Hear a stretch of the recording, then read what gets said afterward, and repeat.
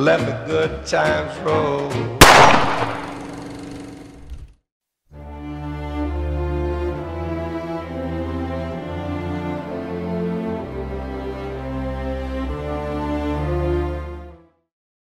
So it was you again, huh? You destroyed the picture collection, worth a few $1 million? I wasn't planning on it, but somehow it worked out that way. Otherwise, that's everything? I got out of there fast. It was no picnic. I really was in danger, but I pulled it off. I took the wife and daughter and immediately left the country. Sam was right. If they decided to find Frank in Europe and take revenge almost 5 years after he disappeared, they wouldn't let me just leave after betraying them. And you're willing to say all that you've now said to me in front of a court? Give evidence against all those men? Don't you think the situation will be a lot worse for you? What you're planning to do now isn't betrayal. It's more like treason. If these people go to jail, or better yet, death row, they won't be able to take revenge on me. At least not as easily as if they were free. I am willing to give evidence against them if you ensure our protection, and after the trial, a new identity for me, my wife, and my daughter. If we manage to pull it off, it'll be the biggest legal battle this country's ever seen. It's an interesting offer. I don't know if it's moral to help somebody like you, but I think the results will be worth it. I think we'll help you.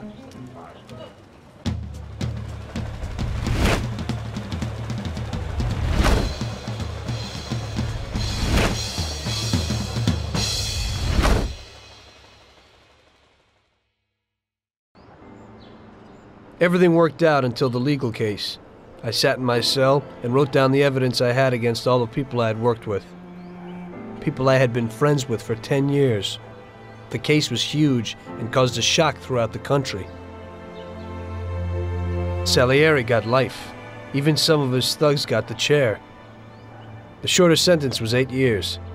I spent the whole time in a closed cell at a secret location, with no visitors. I didn't see Sarah or my little girl the entire time. In the end, it was worth it. Norman got us new identities and moved us to the other end of the U.S. I got work as a driver for a respectable company. We started a whole new life. This peace was only interrupted by the war, but we got through it.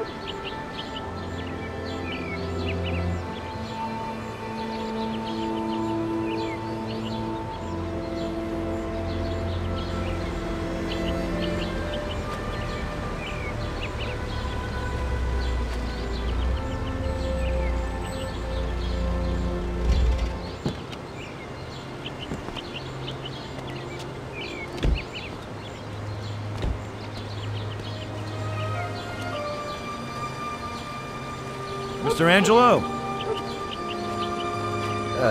Yes? Mr. Salieri sends his regards. You know, the world isn't run by the laws written on paper. It's run by people. Some according to laws, others not. It depends on each individual how his world will be, how he makes it. And you also need a whole lot of luck, so that somebody else doesn't make your life hell. And it ain't as simple as they tell you in grade school. But it is good to have strong values and to maintain them, in marriage, in crime, in war. Always and everywhere. I messed up. So did Paulie and Sam. We wanted a better life, but in the end, we were a lot worse off than most other people. You know, I think it's important to keep a balance in things. Yeah, balance, that's the right word. Because the guy who wants too much risks losing absolutely everything. Of course, the guy who wants too little from life might not get anything at all.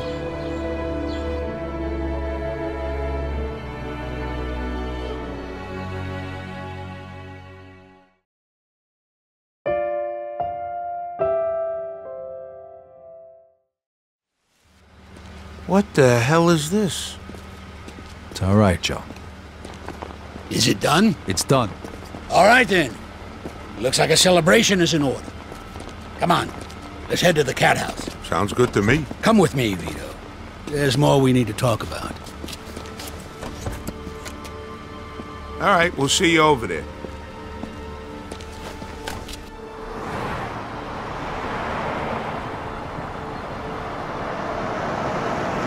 All right. So what's the big secret?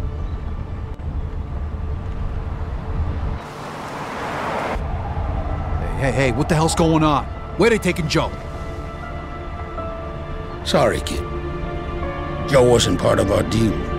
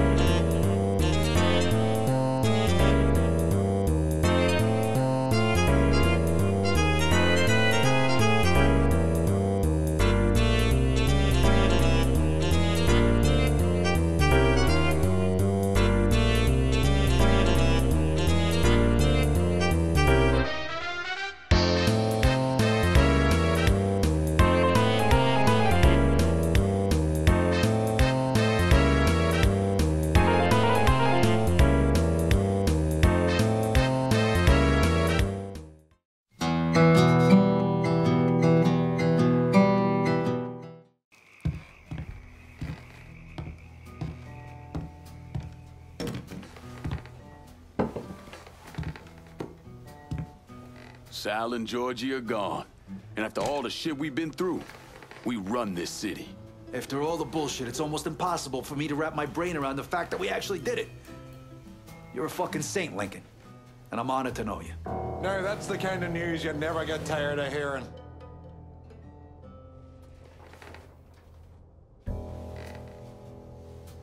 We're not here because of what I did, or because of what any of y'all did. We're here because we stood together. And as long as we stay strong, ain't no one ever gonna fuck with us. After he killed Selma, Colonel Lincoln Clay took over. But he wasn't content just to run the city. He expanded out across the South into Florida and even the Carolinas. There's so much money coming in, and he's been smart with it. He spreads it around, makes sure the right people get paid and stay paid. The city's favorite son, Yeah. Rebuilding the Hollow, buying up Frisco Field, reopening the theme park, all that money and goodwill. He thinks it's made him untouchable, but no one is untouchable. He might have plastered his name across a few schools and hospitals, made donations to a charity here and there, but nothing absolves him of his crimes. That's why I agreed to do this documentary. I want to shine a light on the real Lincoln Clay. Lincoln gave in to everything. Drugs, booze, prostitutes, you name it. If he made $1, he was involved.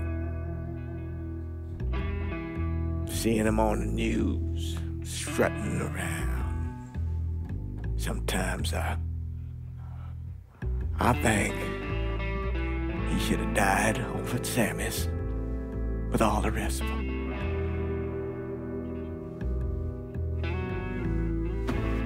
There'd be kind of a peace in that.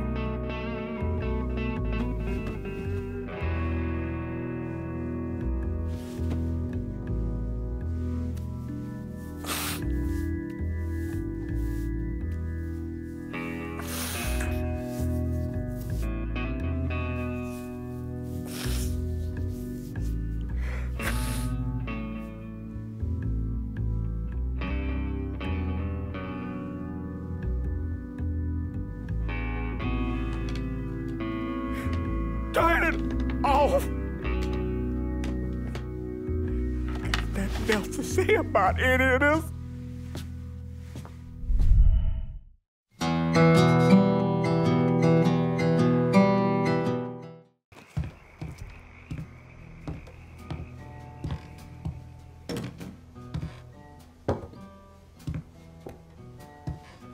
Sal and Georgie are gone. And after all the shit we've been through, we run this city. After all the bullshit, it's almost impossible for me to wrap my brain around the fact that we actually did it. You're a fucking saint, Lincoln. And I'm honored to know you. Now, that's the kind of news you never get tired of hearing.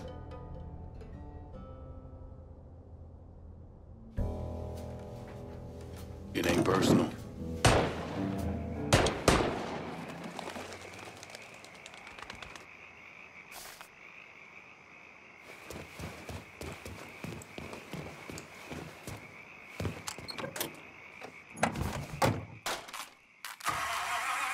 What in the fuck?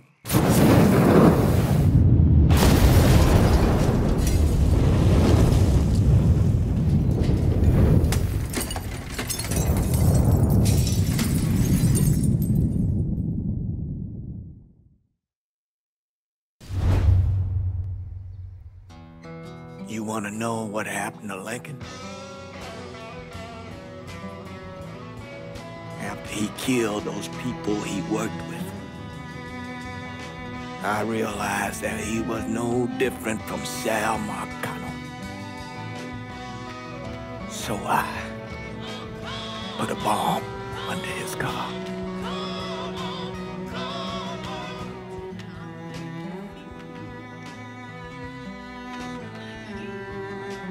The things he did, what he turned into.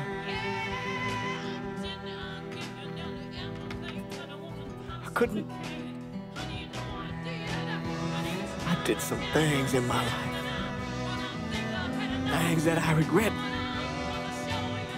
But killing Lincoln Clay isn't one of them. He carved this path out all on his own. After everything he did, all the people he killed? No, no. The car bomb was too quick, too clean. You know, sometimes I wonder, that priest, Father James Ballard, he identified the body.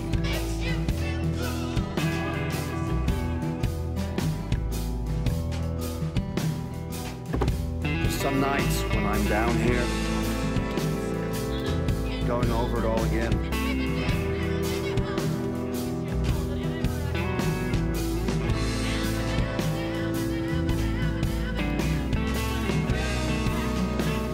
I swear I hear footsteps upstairs. It sounds like combat boots. No, I know it's just this old house creaking and moaning.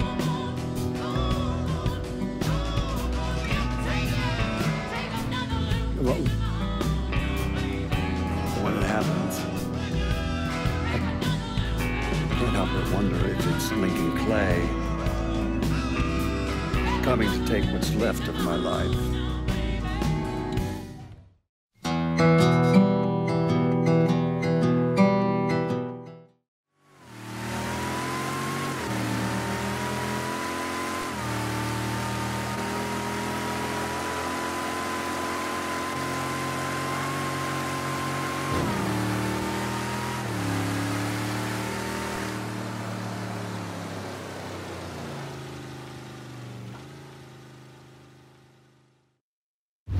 After Lincoln vanished, Vito Scaletta took over the city.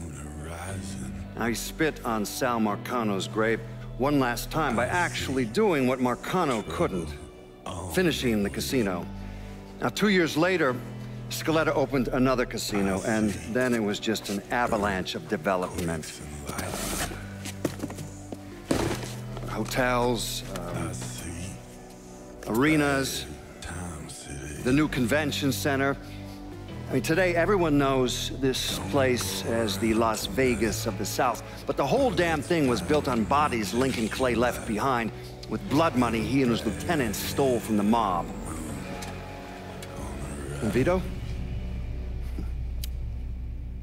He still lives in that penthouse at the top of Marcano's casino, looking out over the city he owns. After Sal Marcano's death, Lincoln Clay disappeared.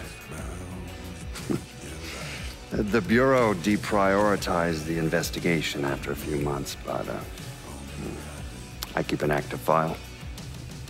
In 1971, I tracked him to a California shipyard where he was working under an assumed name. By the time we got there, though, he was gone. The trail went cold, and by 77, 78, I figured he was dead.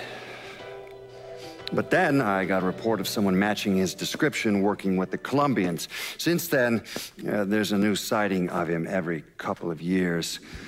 Lincoln made it out to California. Worked at the shipyards for a few years. Met him a woman. Seemed like he was gonna get married, but then it all came apart. Don't know why. And he started moving around. He went to Alaska, New York, South America. He even went back to Vietnam.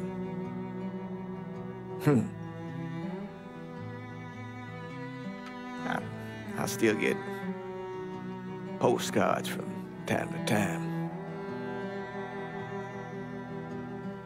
You know, I think Lincoln wasn't able to accept the world for what it is, or his place in it.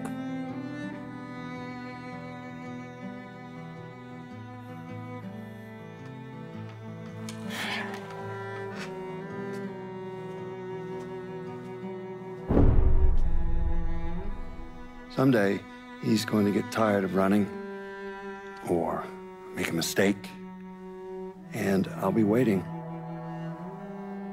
I promise you that.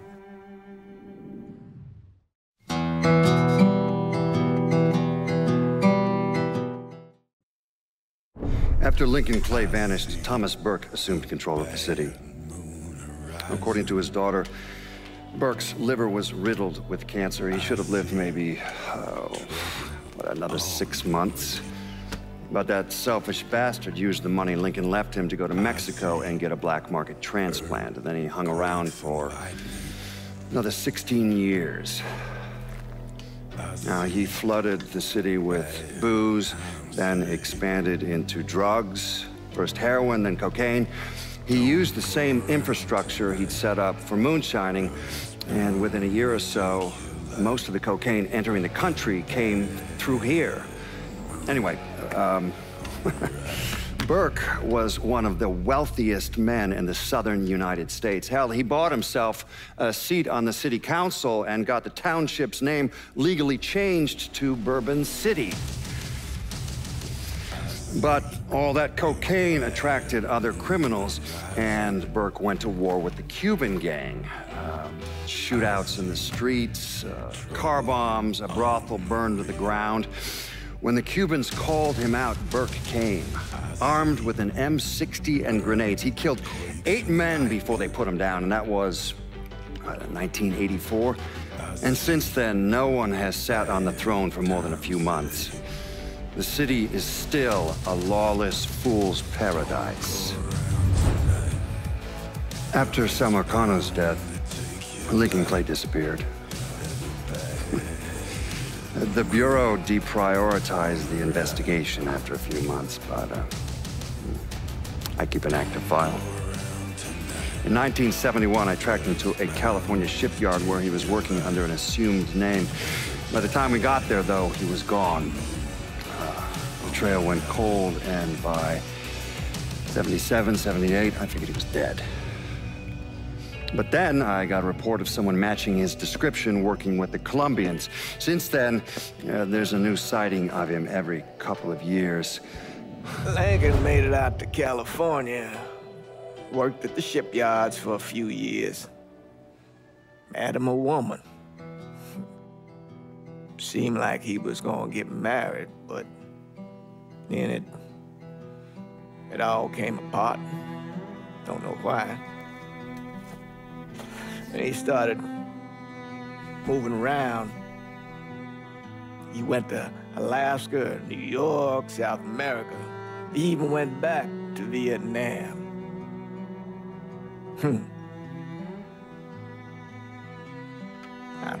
I still get postcards from time to time. You know, I think Lincoln wasn't able to accept the world for what it is, or his place in it.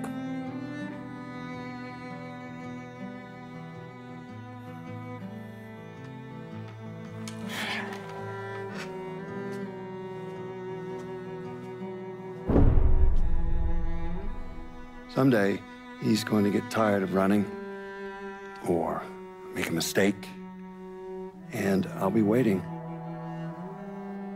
I promise you that.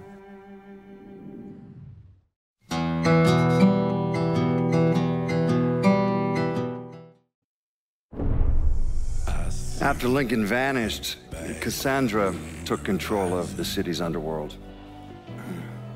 It wasn't a crime boss from Boston to Miami who respected her claim, though, so Commission, the Colombians, the Cubans, they all went after her. They realized too late they had no idea who they were fighting. Johnny Galante, throat slit, watching Deep Throat in a porn theater. And Manny Moreno, set on fire outside his daughter's quinceañera. Severo Garcia, buried alive on the beach, drowned when the tide came in. Anton Bagrov, beaten to death with crowbars in the parking lot of the Briar Patch. And then the real criminals came for her. The governor declared martial law, sent in the National Guard. So Cassandra shot him in the head on the steps of the Capitol building. After that, everyone got the message. The city belonged to Cassandra. but the government is like a rogue elephant. It's murderous and patient and never forgets. So the state pulled funding for the schools, city maintenance, you name it. If they couldn't get Cassandra, they'd strangle the city until it gave her up. Hurricane Cassandra, the locals called it. I mean, I don't think anyone expected the damage to be so severe that the levees would completely fail, that the flooding would wipe out half the city and force the other half to leave, that the city would turn into the ghost town it is today. I mean, it's hard to believe, really. A major American city, I mean, left to rot like that? Some say Cassandra was one of the thousands who drowned in the flood. Others say she slipped away to the swamps and still rules what's left of the city's underworld from the bayou. Either way, she's a ghost.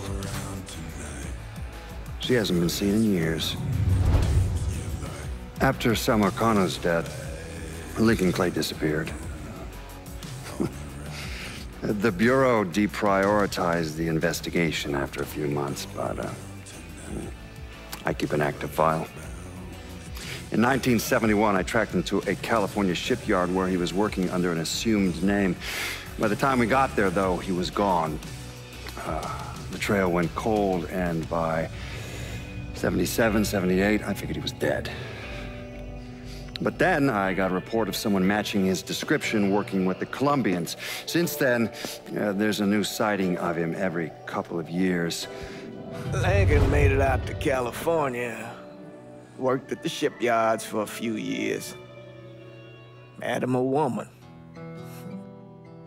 Seemed like he was gonna get married, but then it all came apart. Don't know why. And he started moving around. He went to Alaska, New York, South America. He even went back to Vietnam.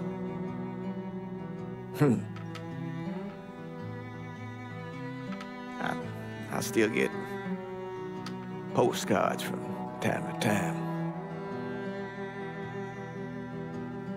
You know, I think Lincoln wasn't able to accept the world for what it is, or his place in it.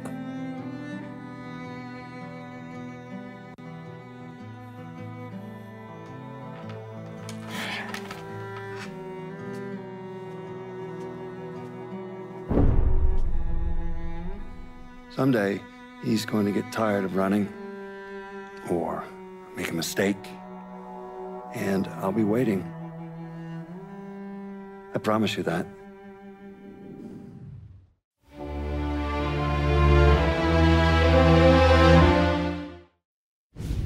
I sympathize with the situation, Tom, and I want to help your family, but I can't do anything unless you're willing to testify in court. You understand that, right? You'll have to sit in that box, stare down Salieri, Ralphie, Vinny, maybe even Sarah's father. I don't know if you got the stones for it, if I'm being honest. I'll do what needs to be done. But you need to get my family new identities and ship them far away from here. Well, hold on. There's a long road between us sitting here bumping gums and Sarah sleeping under new stars. Then I'm sorry I wasted your time. And mine. I gotta get out of town. Look, Tom. I got a family too. Wife, 4 boys.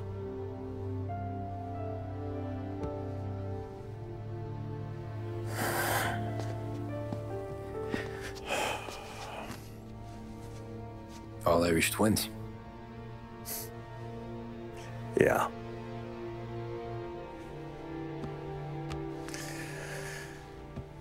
So you know I understand what you're going through. All the worrying over them, the fear that one of them's gonna go before you do. But this case, it'll be one of the biggest this city has ever seen. It could drag on for years. I don't know if I can protect you for that long, not the way things are downtown. Everyone's gotta eat, right? Even dirty cops. Just being honest here. There's a few badges I can trust downtown, but not many. And if it comes down to you or me taking a bullet, I'm not gonna make my wife a widow. Keeping you alive ain't exactly the moral course, but I'll try. That's a pretty good sales job. Trying to make me think you got nothing on the line. But this is your whole career right here. However it works out for me, whether I live or die, you get to crack the Morello case and take down a Don. Salieri will be your legacy. Don't go thinking you know me, Tom. Salieri belongs behind bars. I'll help you so long as you help me put him there. That's all this is.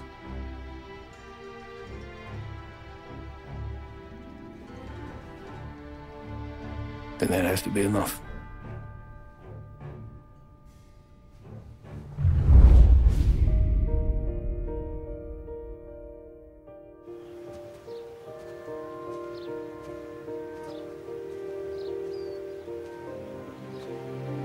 A long time ago,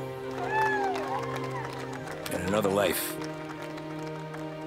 someone once told me that family is a man's Achilles heel, his greatest weakness. Maybe he was right. Because everything I've done, both good and bad, I've done for my family. I've turned my back on people they thought were my friends. I've kept a lot of hard promises. I spent 8 years totally alone, trying to find myself so I could come home. A better husband, a better father, a better man. Now that I'm a lot older and just a bit wiser, I see that family is our greatest weakness, but it's also our greatest strength.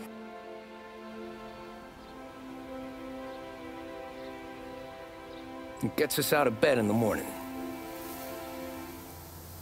It lets us chase our dreams, even when they're moving too fast to catch. It keeps us from falling over when we're too tired to take another step. Mr. Angelo.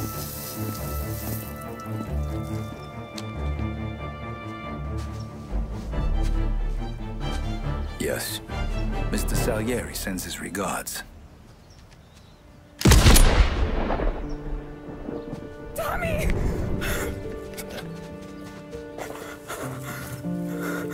That's okay.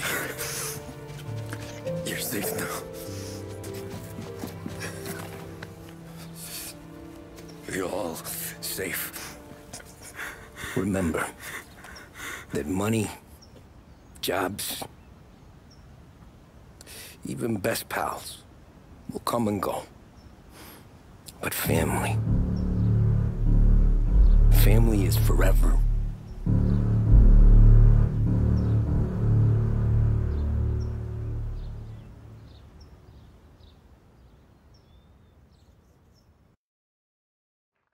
Lake Park seemed dark, silvery moon is shining through the trees. Cast to me you, sound of kisses floating on the breeze. Act 1,